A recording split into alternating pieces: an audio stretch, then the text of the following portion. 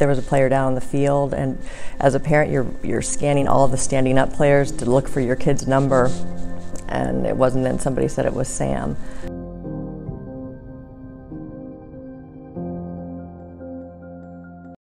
Described as a busy toddler by his mom, Sam Alsheimer found a love for sports at an early age. When I first started wrestling, I was actually pretty bad at it. Like the first, I feel like 7 or 8 years, I was pretty garbage. And then when I finally got to high school, kind of picked it up more. I think got a little more athletic and then got a little bit better. But I was always pretty good at football ever since I was like 6 or 7. His athleticism would carry on into high school, where Sam would play football and wrestle for the Glenelg Gladiators. You don't usually get freshmen who are that big, and when he came in as a freshman, he was 182 pounds.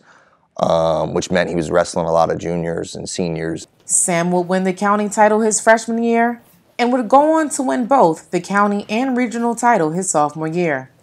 It wasn't until his junior year of football where his competitive nature would be tested in a rivalry game against the Howard Lions. I took a handoff to the left, and then I cut past one defender, and then I kind of got stood up by somebody, and then I don't really know exactly what happened, but I was kind of like stood up and then pressing with my left leg, and then someone came in and kind of their helmet kind of hit my leg, and then it just kind of, I guess it just snapped. I just remember looking at all the other moms, making eye contact with all of them in the stands, just wondering and worrying.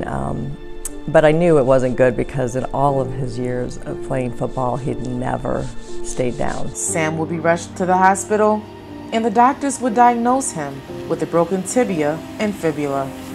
They did surgery on it, put a plate in, I think that night, and then the next day we went home, and it was like bandaged up, and then the blood just started, it started swelling up, and blood started coming out of the bandages on my leg. The doctors would diagnose Sam with compartment syndrome, a painful condition that occurs when pressure within muscles builds to dangerous levels. He will be rushed to the hospital for yet another surgery, and the recovery time for Sam was 9 months.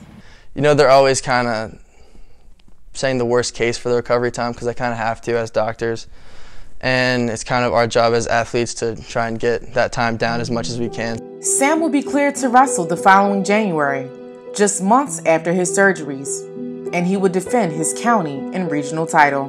When people heard that I was wrestling, they kind of thought that I was back and I was done my recovery, but it wasn't like that at all. I really couldn't run for the end of wrestling season. I had no agility, I couldn't cut, couldn't jump, anything like that. It didn't get until July, before our season started in August, that I saw a difference in him starting to come around, and then actually thought, hey, you know what? I think he's back. Sam was back, and he would be tested in week 2 of his senior year in a familiar matchup, the rivalry game against Howard.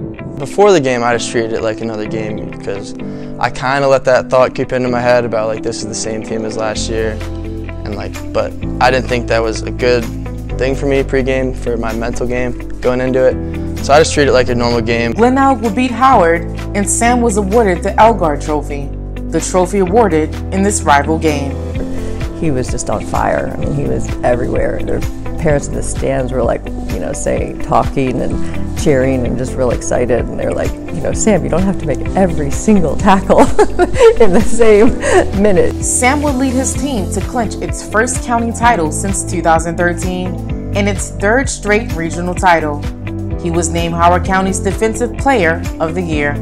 It was honestly pretty fun to work against that narrative that no one thinks you can do it, that kind of thing, that cliche, but it really was fun to get to put everything I had into something and come out on top like that. Though the road was hard, Sam persevered and would take his talents to a collegiate level. So I'm going to play football next year at Towson University. It's not that far away, but it's definitely been one of my dreams my whole life to play Division I football, so I'm really happy if that worked out. To see him from where he was to where he got to and to where he is now, it's just amazing.